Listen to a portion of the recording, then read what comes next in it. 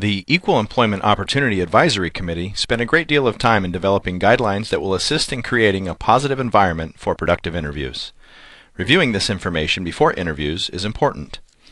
The Selection Committee should remember that not only are they interviewing the candidate, but the candidate is interviewing them at the same time. An interview process which respects the candidate's time and efforts and strives to provide the candidate with the assistance that he or she needs to be successful speaks volumes about the college. Help the candidate with technical setups or with distributing handouts. The Selection Committee chair should facilitate introductions and greet the candidate. The chair should also thank the candidate for his or her time at the end of the process. The candidate should be provided with water. A printed copy of the question should be available to the candidate during the interview process. The first question should address the candidate's qualifications for the position. This question is something a candidate can't get wrong and allows the candidate to get the feel of the committee. The candidate should also provide a brief opportunity to add any information that he or she feels is important if there is time at the end of the interview. All of these guidelines are designed to help the candidate be successful. Even if a candidate is not selected as a finalist, it is the district's hope that he or she will say to others that our process is professional and that he or she was treated well.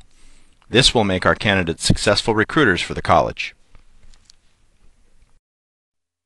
The interview process is viewed as an oral examination in the Uniform Guidelines on Employment Selection Procedures. These guidelines inform the district's selection procedures. The oral examination should provide an equal opportunity for each candidate to demonstrate his qualifications for the position. Each candidate is asked the same questions and is provided the same amount of time to complete the interview. In the event that a selection committee member needs additional information from a candidate to score or rate the candidate, the member may ask a follow-up question. The follow-up question may only seek clarification for an answer to an interview question.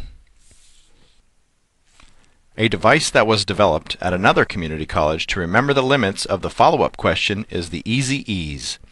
A committee member may ask a candidate to provide examples from the candidate's experience, elaborate or expand on an answer, or explain in more detail.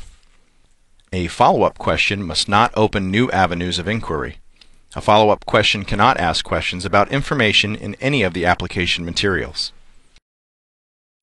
In a part-time faculty selection process, a classified selection process, or a confidential selection process, the selection committee is called upon to develop a list of candidates who are qualified to fill the position. In the case of the part-time faculty process, the selection committee will develop a list of candidates who may be called to fill classes as the classes become available. In the case of the classified and the confidential process, the selection committee will rank the candidates who are qualified to fill the position.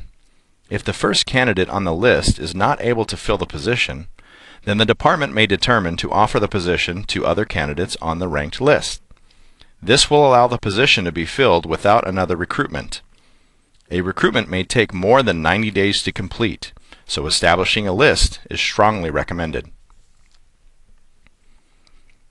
In the management and full-time faculty selection process, the selection committee is called to recommend the 3 best qualified candidates to go forward to the final interview process with the finalist interview committee.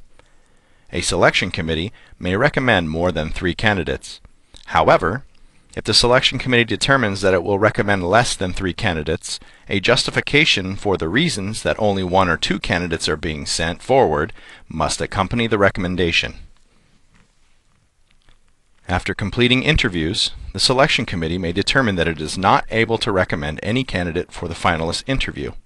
In this case, the committee may review the pool of candidates to determine if the committee wants to interview more candidates or recommend that the recruitment be extended.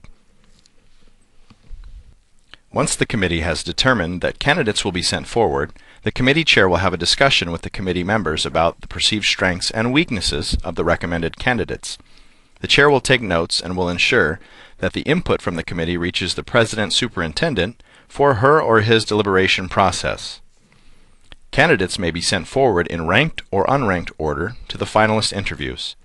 The committee must remember to sign the recommendation form which is required to complete the final process.